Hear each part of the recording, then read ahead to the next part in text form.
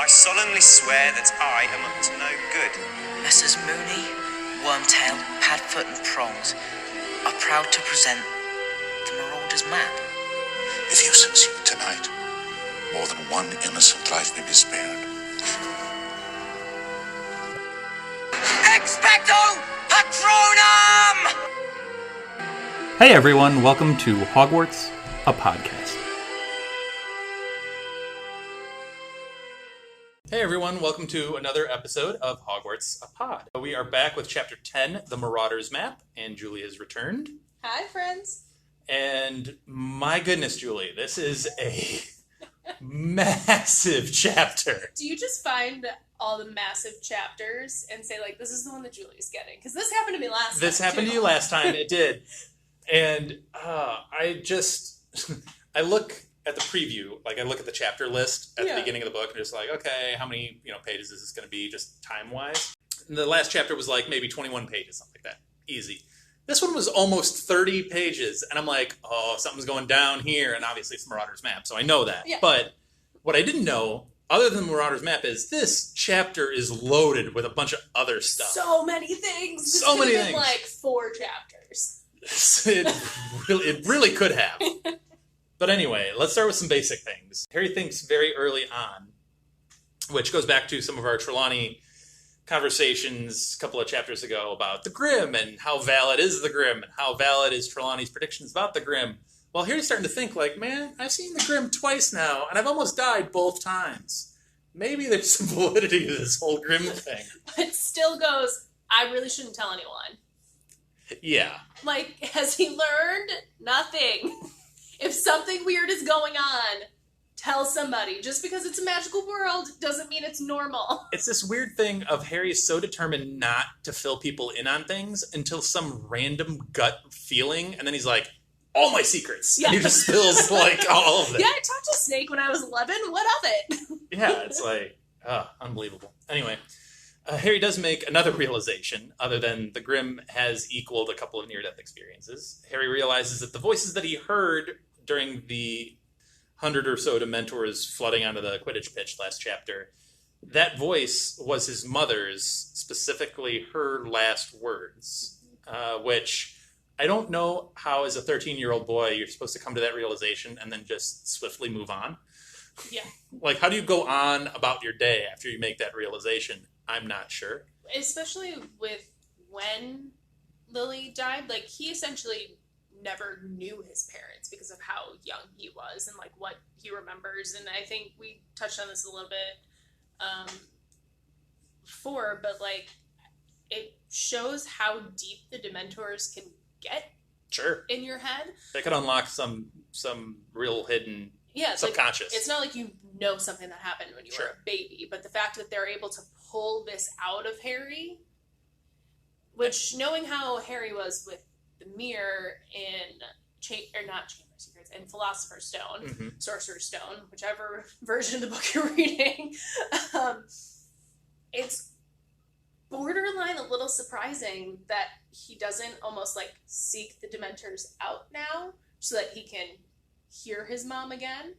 Because that's an interesting take. You actually do know it's a very interesting take. Is your mom's voice, whereas the mirror is just kind of a fallacy. The only problem is, unlike the mirror where it's this nice, warm, smiling figure, A, the feeling that Dementors give you alone, not pleasant, and B, you know that this is not just her last words like sick on a deathbed, it's her literally being murdered, which is not a pleasant memory to have of your mother pleading for her life. I mean, true, but like Harry's if it's life. The only time that you've ever heard, no, I get you. Yeah, like, sure, your mom's voice. I get it. No, it's a valid thought. I'd never considered that. It's like it's got to be this contradictory feeling of like hearing her is one feeling, everything else associated with hearing her is such a negative tone. It's hard to kind of get over it. We get to Lupin's class, which they're all thankful Lupin is back. However ragged and forlorn he looks. He's back teaching class, and they immediately run into this long list of complaints about Snape, which doubles down on, he was this, 2 scrolls, or something like that. Something. 2 scrolls comes back again. It was great. And Lupin just kind of like rolls his eyes and is like, all right, I'll have a discussion with Snape about whatever. What do you think that discussion with Snape would have been like? I don't think there's any discussion actually happening. I think that, without getting too spoilery, I don't think Snape ever expected to get any of these scrolls back. Snape had a mission with these scrolls. Sure, his homework. yeah. And so his end game with the assignment wasn't to get the assignment and for sure, no. be a terrible person. It was to be a terrible person but not have to look at a single paper. He has his own work to do. He doesn't care about reading. No, I would 100% agree with that. And there's no way that Lupin's gonna like go off and be like, hey. I would love to see that conversation though. Like, could you imagine? It's not gonna happen. Just like I don't see it ever happening. I see Lupin like rolling his eyes, knowing exactly what game Snape is playing, and knowing that that's the game that's being played. He knows that like nothing's gonna come of it. We have a lot of teacher shenanigans going on at Hogwarts this year. We have McGonagall berating Trelawney during her lesson, and now we have Snape berating Lupin. After Lockhart, all bets are off. Fair, I guess. And even Pomfrey at the very beginning of this book is like finds out Lupin gave the kid chocolate, and she's like, "Oh, we finally have a teacher." It's like, Madam Pomfrey, all right. I feel like after Firing Lockhart, darts. Everyone's like, I cannot be status quo anymore, whatever. It's just a lot of teacher shenanigans going on this year, I'm just saying. So we get into Lupin's actual lesson, which is about hinky punks, which is just a great word, hinky punk. I think it is, but can we talk about how he's teaching care of magical creatures and not defense against It dementors? is. Red caps, Kappas, Grindylows, and now hinky punks. All creature-related things. This one happens to be a one-legged creature of whiffs of smoke, which is kind of cool, that lures travelers into bogs and then presumably kills them. So, I assume that's how I would assume that would. It just kind of trails off. There's just a bunch of travelers hanging out. I mean, the last bogs. several creatures that you had, it's really cool and kills people, and it's really cool and kills people. So I assume this would follow along. Harry ends up. This is getting close to the holidays, and everybody's going off for their final run to Hogsmeade to pick up on whatever Christmas gifts they want, or just to have a bunch of fun. And Harry can't go, so he's wandering around. Ends up in Lupin's classroom, and they have a discussion. And Lupin drops some interesting information on him, starting with the Whomping Willow was... Because he asked Harry about his broom, and the broom got destroyed by the Whomping Willow. And Lupin goes, yeah, the Whomping Willow was planted when I arrived at Hogwarts. And then here's a trivia question for you. Davy Gudgeon lost an eye trying to get near it, because that was apparently a game that the students played. Yep.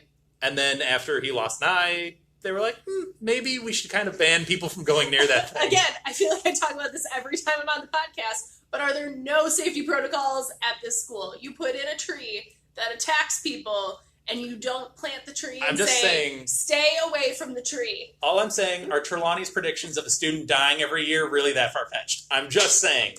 No, so maybe she is amazing. Maybe I will side with you on this argument, Dan. She comes back around. But seriously, though, that was an interesting kind of commentary that Lupin drops. And Davy Gudgeon, trivia for you. But Lupin and Harry start to get discussing on the Quidditch match and what happened to have the broom go into the Whomping Willow, him fall. And they get into this really interesting conversation about dementors. And Lupin specifically has this vivid description of what dementors are. They're the foulest creatures that walk this earth. They infest the darkest, filthiest places. They glory in decay and despair. They drain peace, hope, and happiness out of the air around them. Vivid descriptions that he's drawing. The whole point of this discussion is that he reassures Harry of like, don't be ashamed of having such a strong reaction. Obviously, you've had horrors in your past that some of the other students can't compare to. Yeah. And then in one of these moments, we kind of talked about it a little bit, but Harry has these moments, you brought it up, where he's so secretive and he won't tell anybody anything. And then suddenly something in his gut will just turn over and he just spills every secret he's ever had. And this is one of those moments where he just kind of blurts out his deepest, darkest fears of himself with dementors. One of them being when the dementors hit him so hard, he hears his mother being murdered by Voldy, which we could talk a little bit more about in the spoiler.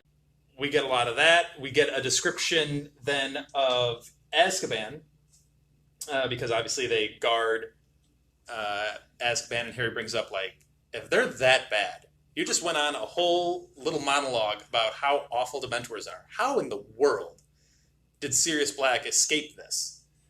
And Lupin goes, the fortress is set on a tiny island away out at sea. They don't need walls or water to keep the prisoners in when they're trapped inside their own heads. Like, most of them go mad within a couple of weeks because you're just reliving your worst moments over and over and over again. It's the descriptions that Lupin... I love Lupin. Lupin is great. There's no padding around what he's saying. Yes. Like, there's no fluff. He's like literally telling you how it is. And it's not great. Like, it's a very depressing picture that he's drawing in these two pages. Still, I love the descriptions because J.K. has such a vivid way of speaking through him in this, which I really enjoyed, just the writing on it. But he says, like, Black must have found a way to fight them. I wouldn't have believed it possible. And Dementors are supposed to drain a wizard of his powers, which I thought was really interesting, too. Well, which I think makes a lot of sense, though, because if they're pretty much driving you insane and you're pretty much locked in your own head, think about when you're drained mentally and physically and you can't even think straight. Yeah. Then multiply that times 1,000. It's a really interesting discussion that Lupin and Harry have. And ultimately culminates with Harry guilting Lupin into agreeing to teach him how to fight off a Dementor. And Lupin's like, look, I'm not an expert at this. To which Harry points out, like, but you kind of done it already, so how can I do what you did? So... I have strong thoughts about this. Oh, boy. Everyone has known since before the school year technically started how strongly the Dementors affect Harry. Especially after the Hogwarts Express incident. Yeah. So my question is, nobody thought to teach Harry how to, like, defend himself from that? They all just went like, listen, you may pass out, you may potentially die, but it's fine. You don't need to defend yourself, especially when you look at the fact that they've already said that they believe Sirius Black is coming after Harry. The Dementors are there to catch Sirius Black. They're only at Hogwarts because they think Sirius is going to go to Hogwarts to get Harry, and not a single person went, maybe we should make sure that, like, Harry doesn't also die in the process, since we're trying to save him and all. I have spoiler thoughts on this, but what you're saying essentially is Dumbledore and those in charge of looking after Harry are reactionary instead of precautionary. Interesting. We can double back on this in the spoilers. And again, no safety protocols. Yes. Folks, we've been talking for 15 minutes already, and we haven't mentioned the chapter title yet, which... We still got a little bit. By the way, is a really big deal. Yes. Harry feels really down and out about Ron and Hermione being able to go to Hogsmeade. He's not able to. Ron and Hermione are staying with Harry over break, even though they don't really have to because they're awesome. But Harry does run into Fred and George. And Fred and George pull him into a classroom by the side. We've already talked about Fred and George kind of taking Harry under their wing a little bit more in this book. Like, yeah, they've helped him with Quidditch in the first two books, and they've kind of been there and helping him out, whatever. But this book really is like them comforting him, them saying like, don't worry about Malfoy, don't worry about this, we've got your back. And now this moment. So what Fred and George do is they go on this long, drawn-out just leading Harry on about this blank piece of parchment that's in front of him, and they just lead him on and lead him on and lead him on, and Harry's like, guys, you're really like winding me up here. Can you just get to the point already? Especially after knowing Fred and George like as closely as Harry has the past couple of years, I'd be like, can I just leave now, guys? I think he's equal parts intrigued and equal parts concerned, because also he knows Fred and George and their proclivity for like pranks. Yeah. So he's like, should I be cautious here? Should I be intrigued? I don't know how to feel right now. Should I go to the hospital wing now? Right. Should I just save time? But anyway, they reveal the Marauder's map in all of its glory. And spoiler alert, I guess, go back to our intro right now, because there's a whole bunch of Marauder's map.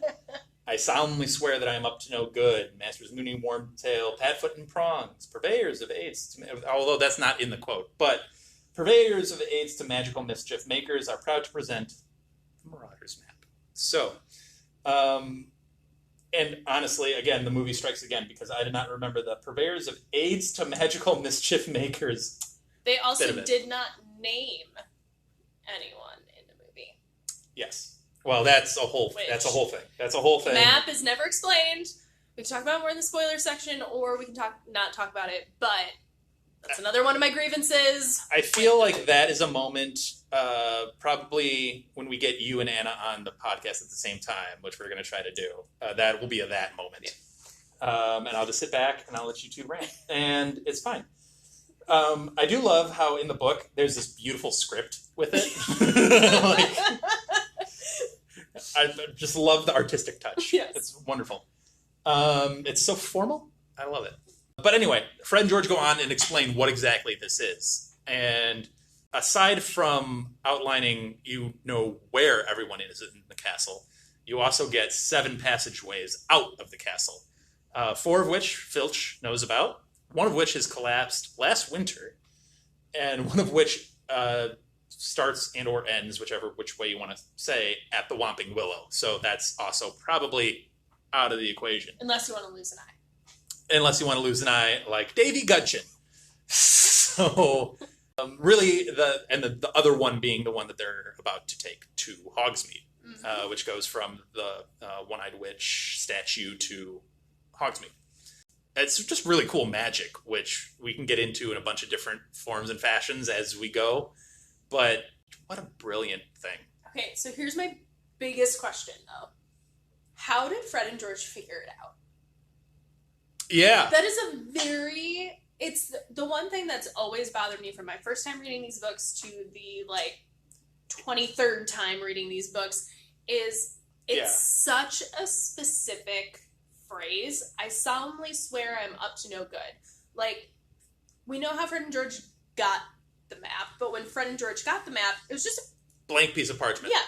And so... which they found in Filch's, really dangerous cabinet. Which, if you're Filch... How did it get there? How did a piece of parchment... And that's the story I want. I want to hear how Filch was like, this is a piece of danger. And how he was able to figure out, I'm assuming Filch, being as paranoid as he is, looks at a blank piece of parchment and is like, something's wrong with this. Yeah. I don't know what it is, but something's weird about this blank piece of parchment. But, my question is when it comes to the map, did you specifically have to say, I solemnly swear I'm up to no good and mischief managed? Or do you just have to say something that alludes to something similar? Because that is a very long and specific sentence for someone to just happen upon. I know that when Harry does end up actually using it, that he's like, how do I use this passageway? And right, it helps you out. It tells you. That's how I'm thinking they got mischief managed part of it. Yeah, but I'm still trying to figure out, can the map, read that you're a mischief maker or that... you're worthy of the map? Yeah, that you're, worthy of the map, so it tells you what you should say, or is it just, you have to say something along the lines of, I just want to do something funny. You could have just said, I just want to play a prank, and it would have... I think it's such a powerfully magic object that maybe there is that magic to what you're saying of just like it can sense like these people are worthy of me. Yeah. Because there are other objects that kind of do that, but maybe that's part of it. Yeah, and then like once you know what the general idea of the phrase is, like that phrase unlocks it. So like even if, you know, Voldemort himself found it and knew that if he said, I solemnly swear I'm up to no good, it would still open because he still said the phrase or the password or whatever you want to call it. But if Voldemort said something like that around it initially, maybe it wouldn't have opened. I don't know. Like, that's the one part that, like, is weird to me, that it's not like, I want to play a prank or I want to do something fun. It's, I solemnly swear I'm up to no good. And how do you get to that sentence? Right. Maybe it recognizes Fred and George. It opens up. Kindred spirits, something like that, and then it eventually gives you like the actual instructions like it gives to Harry a little later. Which also, side note just about that, it always is envisioned with just the banner name, and that's who you are. This description of the Marauders map makes it feel like there's a little icon. Yes! of like little Harry walking around on this map with his wand. All I picture when I read that description is like the super, super old school original Super Mario Brothers. Yes. Where it's like a pixelated Harry walking around. Like little tiny legs, just like walking. Little tiny legs walking. Yeah. I thought that was really cool, but just a detail that I'd missed. But with how elaborate the script is on the map, it's probably like a full-blown lifelike portrait. For sure. Absolutely.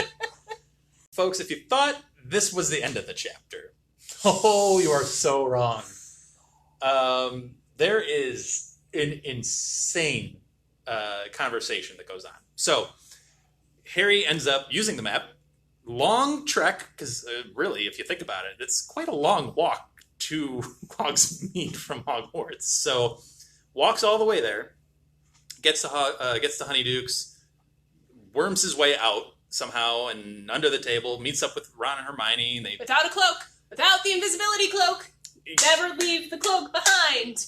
That is Dan and Julie's words of wisdom from her last time on. It's like, never leave the cloak behind. Never. Are you going to the grocery store? Bring it with, just in case. So wait a minute. Now, are you saying that the movie was good in this sense? That they made him bring the cloak?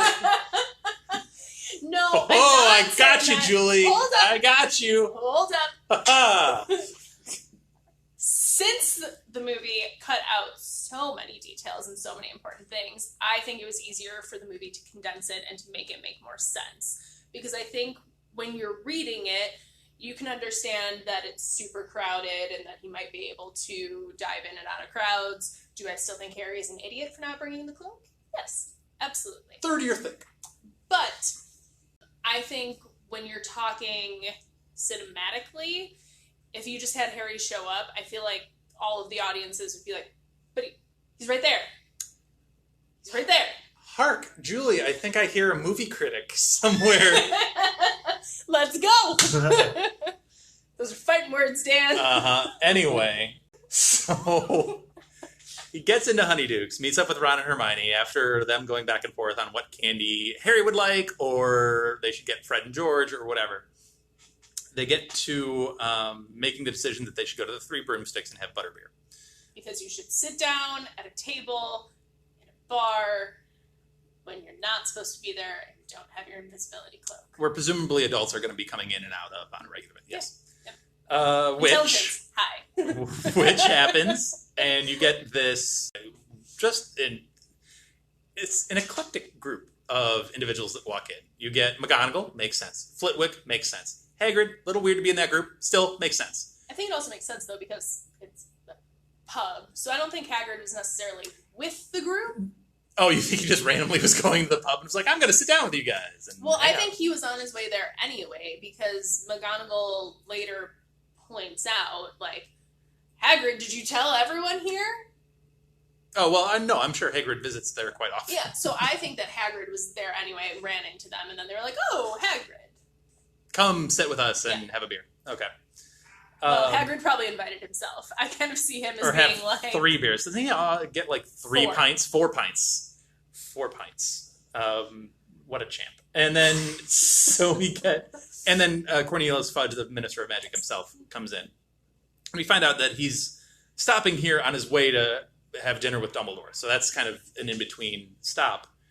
But the discussion that is had, and Madame Rosmerta, who Ron fancies, also kind of joins in on this conversation after she brings them all with her the sparkly turquoise boots that I kind of want. It's fine. It's okay. We'll get Anna the vulture hat of Neville's grandmother, and we'll get you the sparkly turquoise shoes. Can we get that in time for when Anna and I are both on the podcast together? That would make a heck of an Instagram post. Please follow our Instagram. So this conversation is intense from the get-go.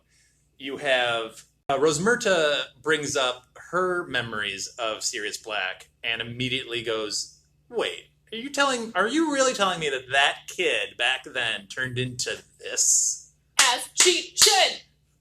We'll talk about it more in the spoilers. Julie's a fan of one Sirius Black.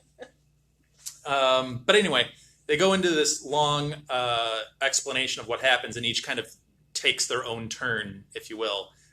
Flitwick, who is coincidentally the perfect teacher to be talking about a charm, happens to be sitting at this table, goes into a long explanation of the Fidelius charm and just how A, powerful that charm is, and B, how difficult it is to pull off, and just magic, and who you're going to get to be your secret keeper, and keeping the mystery around that, plus the time that we're talking about, and suspicions running high, and people are trying to figure out how to keep others safe. Which, McGonagall and Flitwick and Hagrid are all kind of looking back on and being like, and Fudge too, all looking back on that time going like, wasn't that some stuff? I mean, that was a time that none of us ever want to go back to because it was horrifying. Mm-hmm. Forget looking over your shoulder. I mean, you're way past that level of anxiety. You're like, it was a particularly dangerous time. So the nature of the Fidelius charm is fascinating. It's a fascinating spell. It takes a lot of pieces. It's theoretically invincible unless the secret keeper breaks. I mean, that's essentially the thing. Yeah. So A, make sure you pick a good one, and B, protect the secret keeper too. I mean, at that point, in reality, the best person I feel like to pick as a secret keeper would be some like random person on the street, and then you just like throw them into hiding somewhere. Yeah, you almost hide the hider. Yeah, I mean, yeah.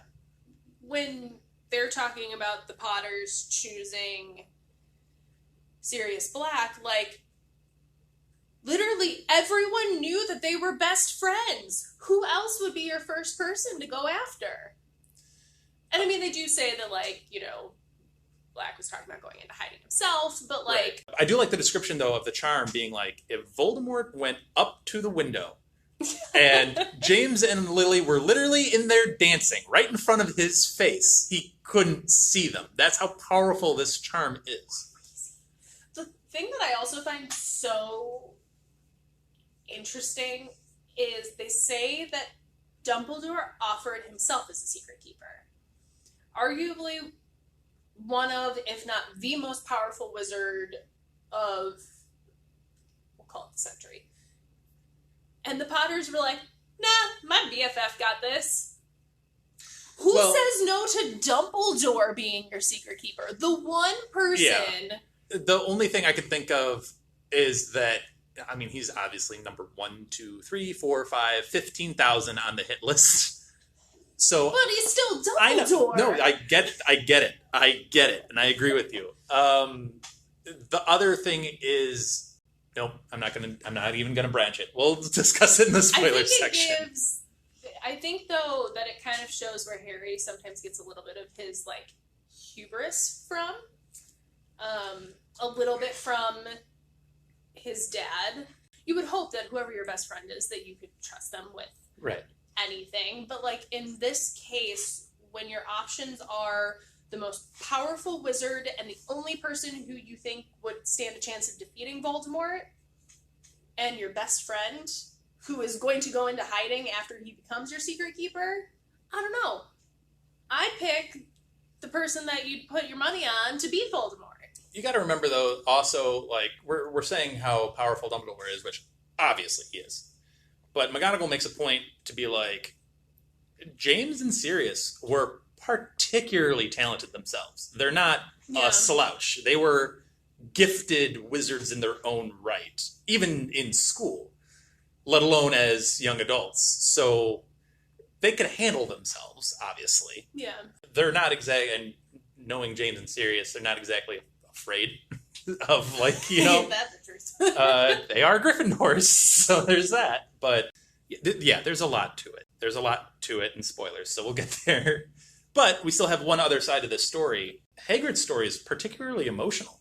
Mm-hmm. And this whole thing even chokes up McGonagall. All of this kind of gets to her a little bit. And I guess we should mention that Harry is one table over, hearing all of under this. the table, because they shoved him under the table. With a Christmas tree moved in front of their table. No one noticed the Christmas tree move? No one picked that up, I guess? No, apparently no one noticed one of the most famous wizards in the wizarding world just walking around either. So. Hey, you guys are talking about... but didn't... Anyway. But no, Hagrid goes into this long explanation of what happened on the night James and Lily died, and his role in the whole thing, which we kind of knew a little bit of, going all the way back to Book 1, Chapter 1. Mm-hmm. But now we get a little bit of the fuller picture of Sirius actually coming to the house and offering to take Harry himself, because Sirius Black is Harry's godfather. Kind of a big deal. Mm-hmm. So at this point, he's really the only family other than Petunia, I guess. Yeah, and when you know what you know about the Dursleys, you know that, like, Lily and James would have wanted Harry to go to Sirius. And Hagrid said, that makes a lot of sense, that's cool, but I'm on strict orders from Dumbledore to bring him to the Dursleys. And after a while, Sirius relents, but gives him the motorbike to then take to Privet Drive. So, we get a very emotional take from Hagrid, and then we get this account from Fudge. It's a very interesting way how they break it down. It's like Flitwick to Hagrid to Fudge, and you just get this full picture of everything. Yeah, it's like you have the academic perspective from Flitwick of, like, here's the mechanics of what happened. From McGonagall, you kind of almost had the backstory of when they were students, because obviously since they were Gryffindors, like, she would have known them very well.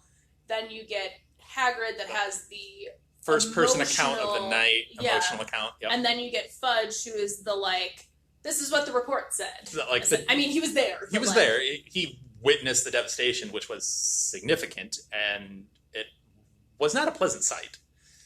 He was part of the catastrophe team of the Ministry. Like, he was like a member or junior member, something like that. He did mention something interesting, though. He did mention that, because Hagrid mentioned that he would have ripped Sirius, like, from limb to limb, and Fudge is like, Hagrid, it would take trained hit wizards, HIT, all capital letters, hit wizards from Magical Law Enforcement Squad, and it ended up taking 20 to surround Black and take him in. 20 quote-unquote hit wizards. What are those? Like, all I keep thinking of is, like, wizards in full, like, wizarding robes, like, rappelling off. Are they, like, like in SWAT gear? Like, what are we talking about? I kind of want to see that. I wish Prisoner of Azkaban had given us a flashback of this conversation, and, like, wouldn't that have been cool? I do have more to say on the hit wizards in the spoiler section. All right. We should just get to spoilers, because, A, this is running way, way long. Apologies for that. But also, this chapter was massive, so it's just going to be a long episode. That does finally round out the chapter, though, because obviously they leave to go get Fudge to Dumbledore, and then Ron and Hermione just look at Harry like, what did we just overhear? End scene. So, with that, we'll go to the spoilers, and we have a ton to talk about there, too. So, we'll get right to it. You foul, loathsome, evil little cockroach! All right, welcome to the massive spoiler section that we're about to have. There's a lot of stuff to talk about, but I have to start going all the way back to Lupin and Harry's conversation, which admittedly seems a long time ago after all the stuff we talked about. Sure it was in this chapter. I know, right? But that moment when Harry tells Lupin that he hears Lily, or his mother, or his mom, being murdered, Lupin obviously has a relationship with Lily. And we've talked about the poker face that Lupin essentially has this entire time. Mm-hmm. From waking up in a car, in a room in the Hogwarts Express next to Harry Potter, what he must have been thinking then, to now, all of the conversations that he's had, and now he's hearing that one of his school friends, who's married to one of his best friends. So arguably she was probably one of his better friends. And again, probably academically kind of competitive, you would think. And someone that he knows really well, cared for. He's now hearing that the son is telling him about her being murdered. He didn't go into the detail of what she said or how it sounded or whatever, but still, that must wreck Lupin. There are so many points in this chapter alone that I feel like J.K. Rowling just like rips out your heart and stomps on it, but you don't even know that she's ripping out your heart and stomping on it until like the end of the book, and then you're like, oh my god. No, like, and that's what gets you on the second, third, or more reads. Yeah. When you read this, you're just like, this is... Well, and when you think about it too, like, Lupin already knows what Lily sounds like. And I'm sure, he was probably around Lily and James after Harry was born, so she probably knew, like, how she talked to him, if she had any, like, pet names for him, how defensive she would have been when Dumbledore's like, hey, you guys have to go on the run. And so I think for Lupin, too, like, it's probably very easy for him to play that out in his head, what could have happened. And for something that he probably had, I don't want to say gotten over, but come to terms with, then all of a sudden you have Lily and James' son saying, like, I hear my mom's... After Sirius Black gets out. Yeah. So you're already starting to retrudge up a lot of those thoughts and emotions. Yeah, and then you now have this. Their son who, for some reason, you haven't told that you at least knew his parents. Like... Yeah, but, I don't know if it's a directive from Dumbledore, or if it's just Lupin being perceptive about who Harry is, and being like, maybe this isn't the right thing to tell, because that opens up a whole can of worms. Yeah, or it's Lupin also protecting himself, because he talks about that too. How he was friends with Lily and James. If all of a sudden he gets too comfortable and too familiar, then all of a sudden you let it slip that, once a month. Oh. All right. Well, you know what also is mind-blowing, because you brought it up in the last chapter about how our golden trio is so perceptive and so sleuth-like on so many different things. But the fact that they have a professor somewhere in his early 30s, you can probably... He clearly knows Peeves. He went to school here. Mm-hmm. Wait a minute. I'm pretty sure Hermione can do simple math and track that back to be like, wait a minute. Yep. Didn't he go to school here about the same time as what your parents would have been? And, like, just saying. I mean, yeah, Hogwarts is in a castle, but, like, it doesn't seem like the class sizes are really that big. Yeah. So it just seems so weird that there isn't any type of, like, even hint to give Harry, who's had this, like, tragic life, not even tragic moment of his life, but, like, fully tragic life, and you can't give him, like, some type of glimmer of hope to... Well, speaking of tragic life, like, we had talked about the idea of Lupin being so casual with the name Lord Voldemort. Mm-hmm. He says Lord Voldemort. And, I'm thinking about this, too. It's like, what does Lupin have really left to lose at this point? Yeah. I mean, he's got nothing, so what should he fear at this point? That being said, you made a point about James and Lily and the Secret Keeper. I do have a point about that, and I think it was, because now we can talk about who the Secret Keeper actually was, being Peter Pettigrew. So I think what they were trying to do with the Secret Keeper, I don't know if this is James and Lily, or is it just a James thing? I think they tried to be too smart with it. And what they tried to do was a misdirect of like, everybody, my best friend is Sirius, it's Sirius, it's Sirius, it's Sirius, it's Sirius. We're going over here with it. Yeah. Because no one expects Peter Pettigrew to be of anything significant. They talk about that later when Sirius tells everyone what really happened. Right. That's essentially... It's a giant misdirect. Yeah. So it's the Potters, Lily and James, I think, outsmarting themselves. Yeah. And being like, this is a smart play because they don't really know who the Secret Keeper really is. And if they go after Sirius, he can handle himself. Peter can't. Yeah. Sirius can handle himself if people come after him. And he's going to go into hiding anyway. And we misdirected everybody that way. And no one's looking over here. It's like a magic trick. Everybody's looking over here, and the trick is happening over here. But, yeah, obviously they outsmarted themselves, and they didn't see the betrayal that was to come. Because no one could see it. Yeah, but I still argue that Dumbledore offered. No, I mean, it's a pretty hard argument to kind of gloss over as like the most powerful wizard who Voldemort fears himself. Why wouldn't you make him that? Mm-hmm. And I feel like he wouldn't... I mean, he's an obvious choice to, like, us from the outside, but I feel like if I was a Death Eater, I wouldn't be like, oh, yeah, the Potters definitely told Dumbledore, let's find him. Right.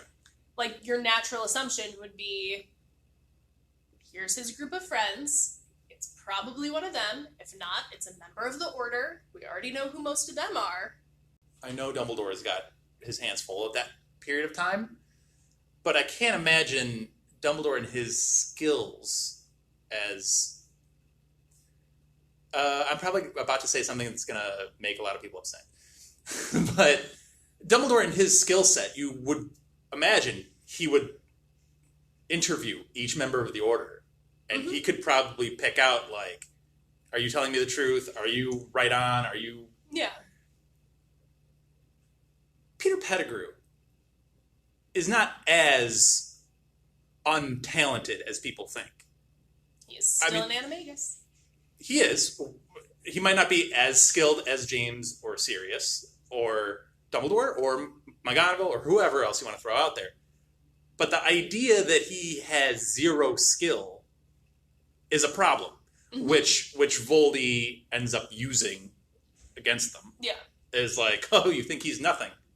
He's not nothing to me. Mm-hmm. I'm going to use him. So, if you guys aren't, I will. Yeah. Kind of thing. So, I mean, then maybe that's the chess game that Dumbledore and Voldy are playing this entire time. Which is a deadly game of chess. Then it makes you want to know if all of this was part of the plan. Yeah. There's a lot to it, and we can get into all of the details going forward. You did also bring up an interesting point that was pointed out in the books during Fudge's story that he was telling in the Three Broomsticks. Mm-hmm. That's a very interesting point. Do you want to share that? I do. So, while Fudge is talking, Madame Rosmerta says, but what do you think he's broken out to do? Good gracious, Minister, he isn't trying to rejoin you-know-who, is he?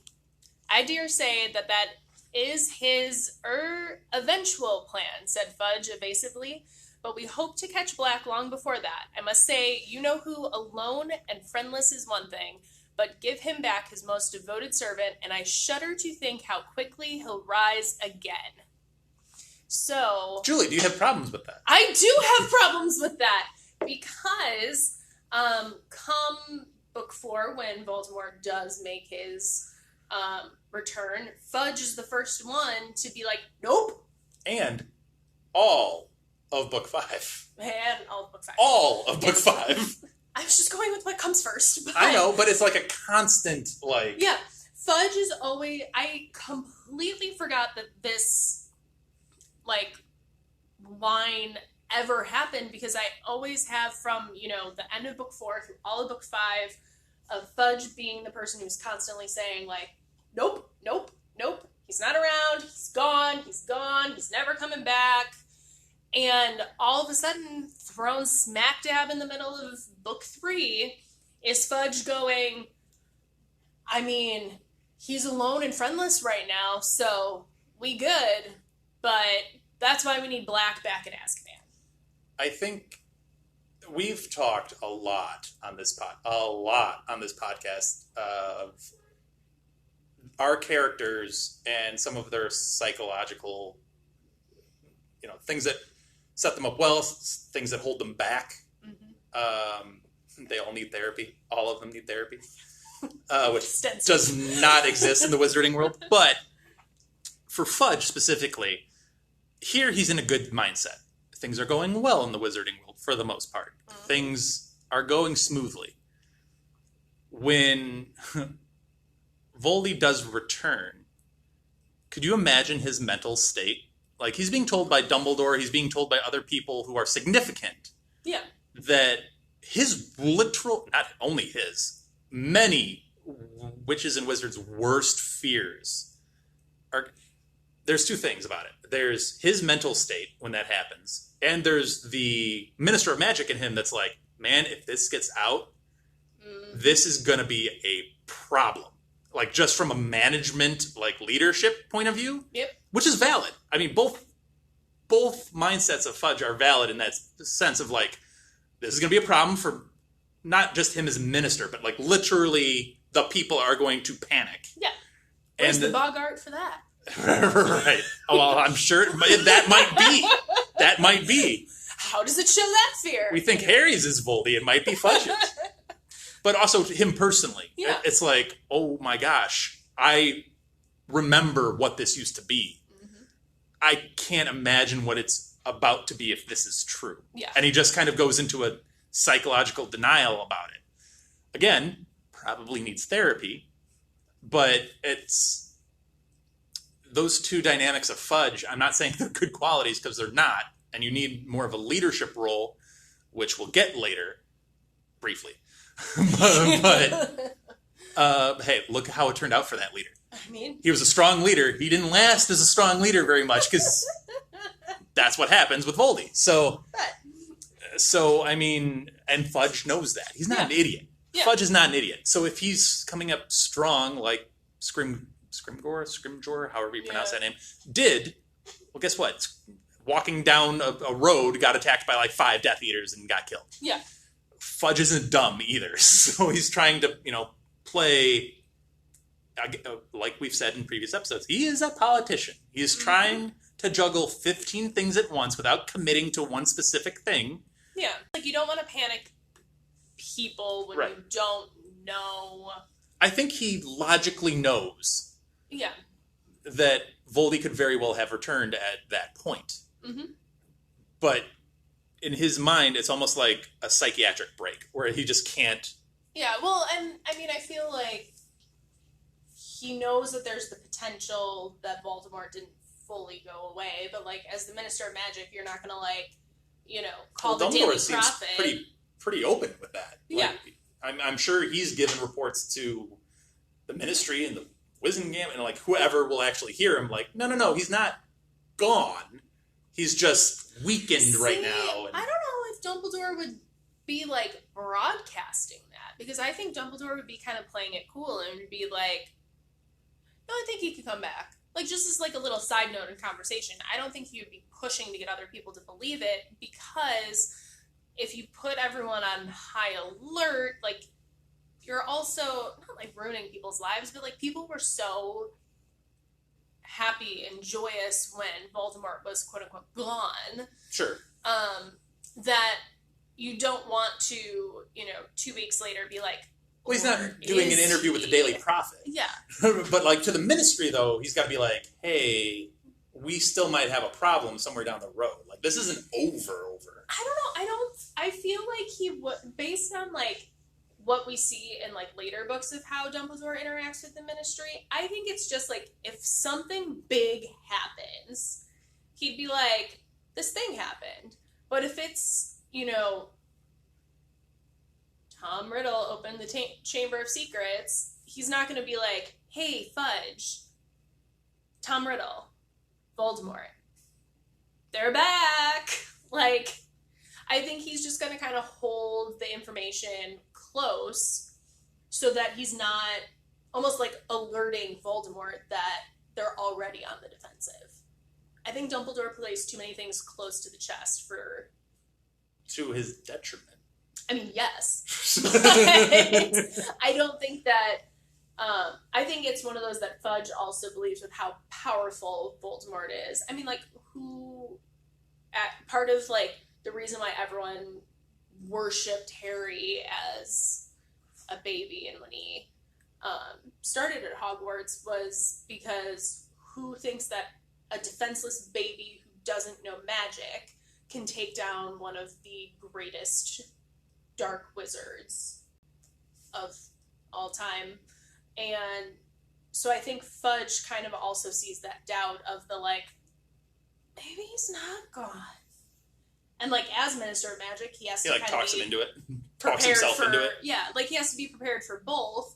And so I think it makes sense that he'd make the comment of, you know, well, he might still be out there, so if we give him a friend, we're screwed. And that's why there's a million dementors here. Wrong but you're not friend. necessarily going to... And that, I mean, Pettigrew does do some great things for Voldy. But, like, you'll have Crouch, who does some equally as impressive things for Voldy, and just goes on and on. And then just snowballs after he comes back. But, yeah. No, it's an interesting point that Fudge does acknowledge that, no, he's potentially out there and he can come back. So, yeah, it's a good quote to pull. Yeah. We're big fans of what-if questions here on this podcast. Yes. So I'll ask you a what-if question. What if Hagrid gives Harry to Sirius? What would happen? So, here's the thing. Uh-oh. I would argue that when Hagrid says, like, no, I have strict orders from Dumbledore, that is almost Sirius's reality check. Everyone thinks that I'm the secret keeper. The Order thinks I'm the secret keeper. Anyone who knows the Potters, anyone who knows me, knows that if they were going to tell a secret to anybody, it would be me. And I think that right there, when he says, no, Dumbledore says that we're taking him to the Muggles.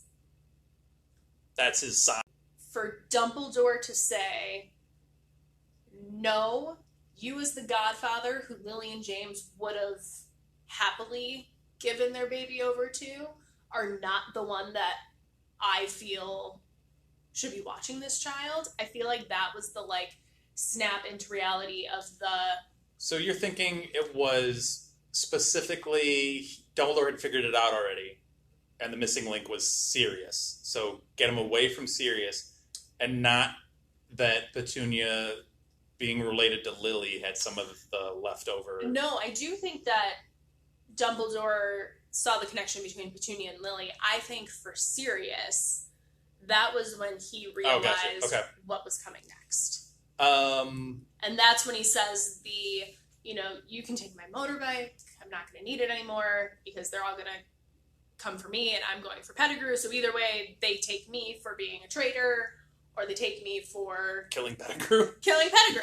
But that's my thing, though, is if he takes Harry, does he still go after Pettigrew? Because now he has his child to protect. So then that whole scene of the street blowing up, Muggles dying, Pettigrew, quote-unquote, dying, him laughing at the idea of Pettigrew. I think that that's, in some form, inevitable, because that was Voldemort's plan, that was Pettigrew's plan. I think it just would have delayed it a little bit, because I think it would have turned into, if Sirius had gotten Harry, obviously he's going to go to Dumbledore and be like, help? Not Secret Keeper? This is what happened? But I think that they still would have tried to frame it up, because obviously if you have an inside man, you're going to want to cover who the inside man was. And I think that also by blaming Sirius for all of it, you also took a high-ranking member of the Order at the commission. Right. Yeah, I don't know. I think if Sirius was able to take Harry, I think it does change things substantially. I don't think he wouldn't want to go after Pettigrew. Don't get me wrong. I think he would want to specifically kill Pettigrew. Yeah. But it would delay it. It wouldn't be on Voldy's terms anymore. Mm-hmm. It would switch the dynamics, and the timing is such that maybe time passes. And if any time passes, if we're talking 2 days pass. Yeah. Because this happened boom, boom, right? Day. If 2 days pass, you don't think Dumbledore can track down, Dumbledore could track down Sirius. And then they have this, discussion of, no, this is what the actual thing was. That could, just dismantle the whole Voldy-Pettigrew plan completely. Now, I don't know how much it really changes. But he had to live under the household. That's how the magic For the protection. worked. Yeah. Yeah. So he wouldn't have the protection since he would Correct. be living in a household. Yes. So that would change, but obviously they would put, Grimmauld Place has protections, pretty significant ones put on it later. So, it could change some things if Sirius kind of got his way, or got there before Hagrid did. Yeah. So there's some interesting kind of play at work there on the what if, but that being said, I think the way it played out was a brilliant piece of chess by Voldy. But it was an interesting move by Voldy. He's playing some high stakes kind of games here. Well, and it's putting all of your faith into the person that no one ever had faith in. Right. You're assuming that Can you pull this off? Yeah. Can you trick people who are smarter than you and more talented than you at magic, and the people who helped you? You know what's great about this whole thing? And this episode's going way long, and I'm so sorry for that. But it just made me think Voldy and Dumbledore have such different tactics about how they fight ultimately the Second Wizarding War. In that Voldy tends to neglect some smaller details, and Dumbledore is all about the small little details. And not the bigger picture. Literally the small details, like house elves and things that just go under the radar for some. Yet, in the first Wizarding War, which is this is roughly the end of that, what does Voldy do? He utilizes the under the radar card. Yep. That no one, not Dumbledore, not Sirius, not James, McGonagall, ever expected. It's a very interesting twist in strategies. Yeah. So we talked a little bit about the hit wizards. Yeah. And which I find fascinating. You never hear of them again. No, you never hear of them it's again. It's all ors. Yeah. Not these hit wizards. You don't think Dawlish was a hit wizard? Clearly not, apparently. I wonder if Diggle. she called them hit wizards, and then when she started actually writing about them, she's like, this isn't gonna work. We need a name. Hit wizards. What does hit stand for? Because it's clearly an acronym. But so the thing that I found so interesting is they talk about how it takes 20 people to pull Sirius into custody after Pettigrew blows up the street, cuts off his finger. Sure.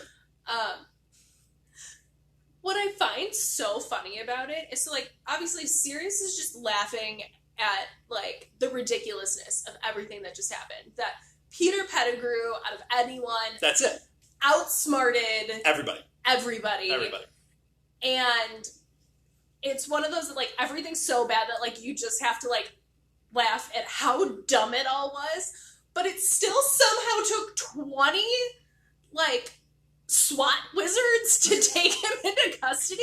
Yeah. Like, was it just a, like, well, the whole street was blown up, we need to send in as many people as possible? I think it's that, and I think they were after Sirius Black, and they knew his potential. But, like, Yeah. I just find it so funny Yeah. that the man's innocent, and the whole reason that he's able to escape Azkaban is because he was able to hold on to the fact that he's He's innocent, done nothing wrong. Yeah. and he's done nothing wrong, but somehow it still took 20 wizards to get him to Azkaban. It's a little bit of overkill. Yeah. Yeah. No pun intended. Oh. But Well played. we've touched on it a little bit, but Sirius Black is my all-time favorite Harry Potter character. So I'll at least touch on it. For me, like, I love, obviously along the way, Harry has kind of picked up the family that he's chosen. The Weasleys, Hermione, and I love that even though it's for too brief of a time, J.K. Rowling throws in an actual father figure that is pretty darn close to his actual father. You're throwing in someone who was his best friend, best man, would have probably been, you know, Uncle Sirius if Lily and James hadn't Sure. Yeah. died. And you're throwing in someone who is coming in with, like, this protective aspect of, like, that's my kid, while also coming in of the, like, supportive parent of the, like, tell me how I can help you, tell me about your day. I mean, he shows up in Harry's life in his animagus form and, like, almost scares him to death. But when you hear about it later and you hear about him being on the Quidditch pitch, it's literally just so he can watch him play. Yeah. That he heard that he was a great seeker and a great flyer and similar to his dad, and that Sirius is like, listen, there are 100 dementors out to get me. Everyone who is at this Quidditch pitch knows my human form, like, is on the lookout for me. Dumbledore's close by as well, and I just want to show up so that I can see my nephew. So that I can see my godson. I like how play. he gets into the castle and everybody's coming up with these ideas. No one notices a big, shaggy black dog anywhere. I mean, it's probably Hagrid's new pet. Let's be real. Yeah, that's fair. I have, since you're such a big Sirius fan, I have 2 serious questions for you. So, one, you've talked a lot about the movies and how you particularly dislike this 3rd movie. The 4th movie is also a crime because it cuts out some of the best scenes because they cut out Sirius Black almost entirely. Fair enough. How do you like Gary Oldman playing the role of Sirius Black? I love Gary Oldman as Sirius Black, actually. Interesting. I do. Interesting. Okay. I also just love Gary Oldman as an actor. Like, I mean, how can you not? He's yeah. great. And so I feel like when he was originally cast in the role, I like looked at it and was like, that's not right. That's not gonna work. But like now, like looking back at him, like actually he fits so well. And I think he does the transformation from the, like, you know, completely worn out. It's part of what annoys me about the 4th movie is since you don't really see Sirius kind of like get his liveliness and personality back, because I think that's also part of like what I love about the character is once you get into like book 4 and they're like meeting up with him and Buckbeak in a random cave and he's like, tell me about the weird things that are happening. And you're like, what? Yep. Or he's like, oh yeah, we're just going to turn into a dog and walk you to the train. It's fine. Hopefully no one notices me. And I love the like bit of like levity, but still like serious support that he gives Harry. And once it gets to book 5 and he, in theory, dies, J.K. Rowling, if you ever listen to this podcast, I would like some explanation about the curtain. A red light hit him, not a green light, not dead. Where did he go? What happened to him? I was promised an explanation. I never got one. She says, determined. I will forgo Anna's response to that. She has a response to all of what you just said about Sirius and Gary Oldman. I'll let her do that when you guys are on the same... I cannot wait for that moment. Are you even going to be here? Or are you just going to watch? I'm just going to sit back and watch. And I'm going to kick the whole thing off, and then I'm just going to sit back. The second question I had for you is, Molly and I talked about Sirius Black and the idea that he just so happened to come into an animagus that resembles the Grimm. Mm-hmm. Anna has decided she thinks that animagus is part of like your soul. It's like who you are inside, coming out as whatever. We on the podcast on that particular one, we're just having fun being like, so do you think little 30-year Sirius is in his divination class and they're starting to formulate like what they might turn into? And he's just like, the Grimm. Yes, that. I want that. Omen of death, you know? I feel like it's almost like knowing what we know about all of them, like, and that they're pretty much, you know, the Weasleys. The Weasleys are pretty much them reincarnated. Fred and George, I mean, like, and I feel like if he was in divination and like they're trying to figure out, and if Sirius like didn't know what he was going to like turn into, I feel like I could see him being like, the Grimm. And I could just see like James Potter being like, are you kidding me right now? Probably. You're gonna turn into a giant dog. He's like, yeah, I mean, I've been trying to think of something, and when Trelawney was like, the Grimm, it just stuck. I like it. Yeah. I like that theory. Even though Anna's potentially right in her like idea that it's something within you that manifests. I mean, which I is very feel like likely. that makes... I still like the headcanon of... I think Anna's theory makes the most sense because like there's so many animals out there that like picking a specific one, like how do you pick the one animal that you're going to turn into? Sure. So it makes the most sense to me that it would be you learn the spell. Sense aside, I want my headcanon of a cheeky Sirius Black like 30-year going like, I want that. Give me that. Whatever, I digress. But I mean, he turns into a dog. Dogs are known for being loyal, and to the end, Sirius is loyal. Very true. That's a good spot to end. So, we hope you enjoyed this mammoth episode. It's gone really long. I'll see if I could edit something out of here.